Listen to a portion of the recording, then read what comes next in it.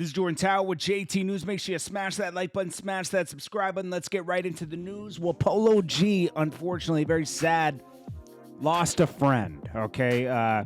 His friend B Money reportedly was shot and killed. Polo reacts, my little brother on Gucci. I can't see myself doing this without you, broski. I'll never meet another dude like you again. One of the realest dudes in my life. I always made sure I reminded you that I loved you. Yeah, it's very sad, man. I'm not going to read the whole, he says, let's see, back on the way to my first shows, first videos, I recorded the first to hear. You were there for everything. That's very sad, man. I don't know if he was in Chicago or not, but man, that's sad. It's too much violence going on, man. But it's nothing new, unfortunately, Bobby Shmurda looks like he's recording a video, maybe for his first single. Hopefully it's good. Let's see. Diddy back with Gina. Okay, so this girl's hot. Okay, it was not Diddy always has good-looking girls. All right, so he was seen with this girl a while back. The only reason I care is because, wait a minute, I thought Diddy was with, Young Miami, right? Is he cheating on her already, man? Dude, you can't be too picky right now, man. You're getting up there. You're on your way to 60 right now. You gotta pick someone to settle down with. He might be a player until the wheels fall off, man. Like, he's going hard. He ain't letting up.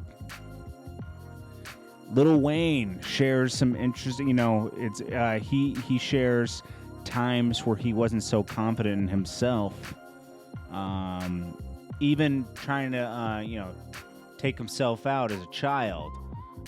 He talks about in this new interview where he's helping any of his fans who are struggling with any issues they're having, issues in the mind or anything. And he says,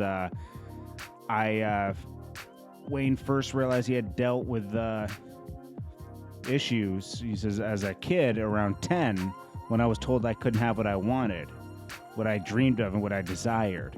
It was to rap. And I was willing to, go to the end for that.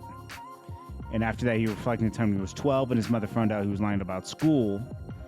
And he was about to get punished. And before his mother could get home, he held a weapon to his chest and pulled it. But it wasn't loaded, and he fainted from the shock. Dude, this guy remembers a lot, man. I don't remember anything from when I was, my childhood. I don't remember anything. Nothing. I started remembering stuff like maybe, I think the first traumatizing thing that ever happened to me where I remember was when I was like 11 and I was sent away from my home, I had to be sent away. And, not for, just because I was bad. I was a bad kid. So I got sent away to like some military type of school.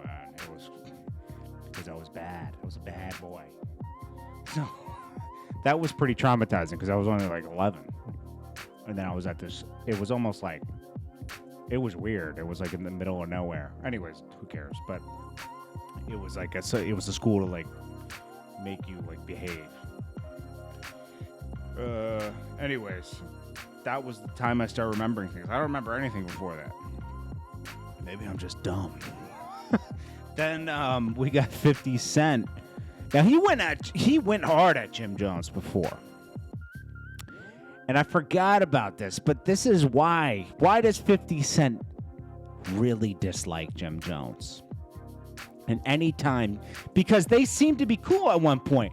When he was able to disassemble Dipset by making Jim Jones a turncoat against Dipset. Cameron went at 50 Cent. Jim Jones switched sides.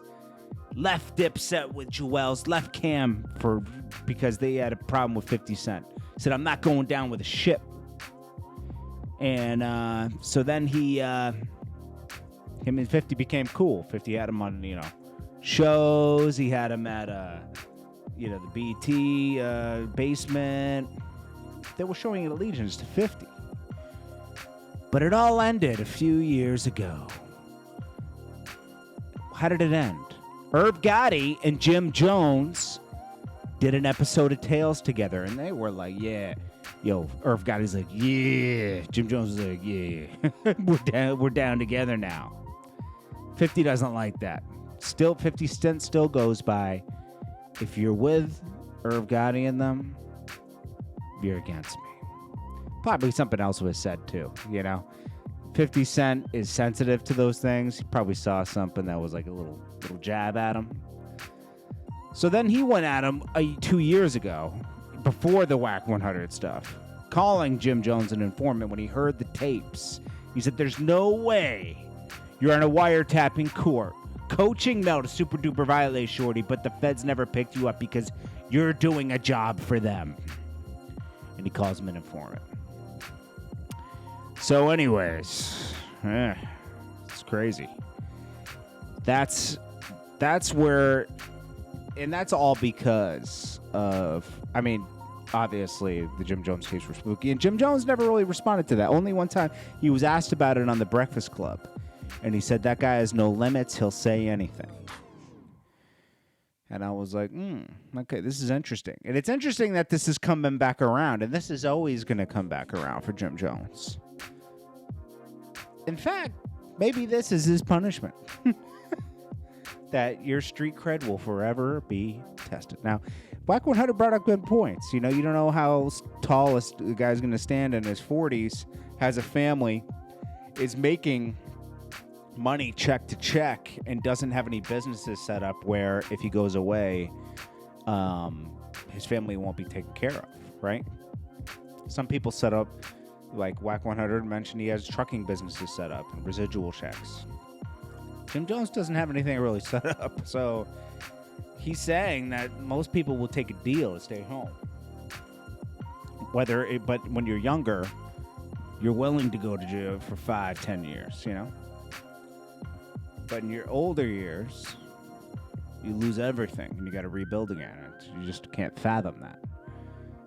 It was a good point that he made, but still, there's nothing really proven. But it's JordanTower with JT News.